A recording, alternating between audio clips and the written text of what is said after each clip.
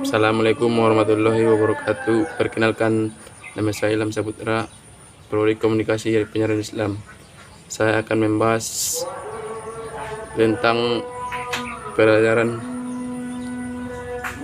yang berjudul bentuk media komunikasi. Media komunikasi, sebagai manusia kita tidak pernah lepas dari media komunikasi, apalagi pada zaman ini media teknologi begitu canggih. Dan media adalah sarana atau saluran yang mendukung pesan bila komunikasi jauh tempatnya atau banyak jumlahnya.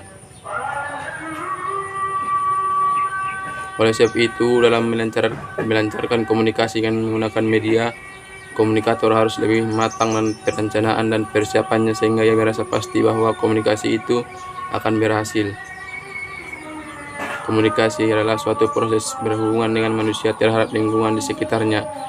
Bila tidak ada komunikasi, manusia akan terisolir dari lingkungan di sekitarnya. Pengertian media komunikasi: suatu alat atau sarana yang digunakan untuk menyampaikan pesan dari komunikator kepada halayak.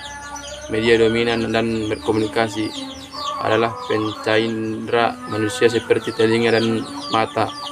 Media juga merupakan jendela yang memungkinkan kita untuk dapat melihat lingkungan yang lebih jauh.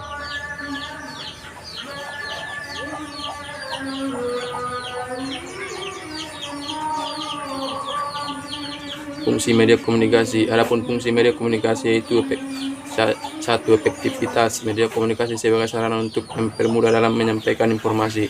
2, efisiensi. Media komunikasi sebagai sarana untuk mempercepat dalam menyampaikan informasi. 3, konkret. Media komunikasi sebagai sarana untuk membantu mempercepat isi pesan yang mempunyai sifat abstrak. Yang keempat, motivatif. Media komunikasi sebagai sarana agar lebih semangat melakukan informasi. Jenis-jenis media komunikasi berdasarkan fungsinya. Yang pertama, fungsi produksi. Media komunikasi yang bermanfaat sebagai penghasil berbagai macam informasi, contohnya komputer, PC, pengolah kata, word processor. Yang kedua, fungsi reproduksi. Media komunikasi yang bermanfaat untuk mencetak ulang dan mengandalkan informasi, contohnya audio, tapes recorder, serta video tapes. Yang ketiga, fungsi penyampaian informasi. Media komunikasi yang berdaya guna untuk dipakai menyebarluaskan serta menyampaikan pesan kepada komunikasi yang menjadi caranya, contoh handphone, telepon, faksimil, dan lain sebagainya. Media komunikasi berdasarkan bentuknya.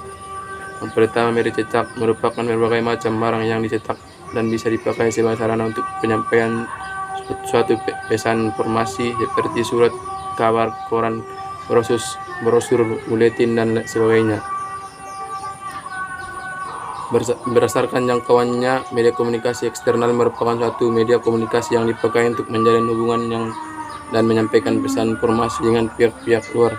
Misalnya media komunikasi tertulis, cetak, radio, televisi, telepon seluler, handphone, surat dan internet. Komunikasi merupakan bentuk percakapan yang berlangsung atas dasar persamaan persepsi. Komunikasi dalam bahasa Inggris, communication, berasal dari kata lain communication dan berasal dari kata komunis yang berarti sama. Jenis dan klasifikasi media komunikasi. Menurut Heineck, dalam pribadi, media dapat dilaksanakan menjadi beberapa jenis. Yang pertama, media yang tidak diproyeksikan dan proyek media. Media ini sering disebut dengan media pameran, display media. Contoh media diantara realita, model, bahasa, grafis, dan display. Media komunikasi berdasarkan bentuknya. Yang pertama, media cetak merupakan berbagai macam barang yang dicetak dan bisa dipakai sebagai sarana untuk menyampaikan suatu pesan informasi seperti surat kabar, koran, brosur, buletin, dan lain sebagainya. Jenis-jenis media komunikasi berdasarkan fungsinya. Yang pertama, fungsi produksi. Media komunikasi yang bermanfaat sebagai penghasil berbagai macam informasi, contohnya komputer, PC, pengolah kata, word processor. Kelebihan dan kekurangan media komunikasi.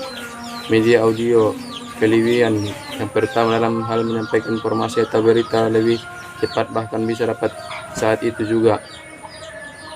Kekurangan: yang pertama, informasi yang disampaikan hanya sekilas dan tidak bisa diulang. Jadi pendengar tidak bisa mengerti secara detail tentang berita yang disampaikan karena memang bahasanya sederhana dan tidak didukung oleh visualisasi. Pendengar hanya bisa membayangkan saja. Media visual kelebihan lebih menarik karena adalah gambar sehingga memberikan pengalaman nyata untuk siswa.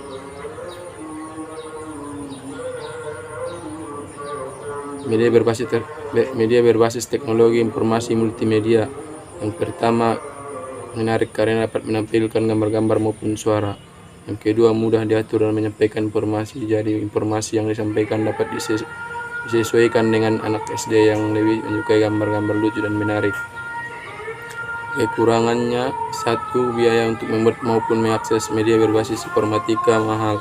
Yang kedua, belum tentu semua siswa dapat mengaksesnya maupun menikmatinya.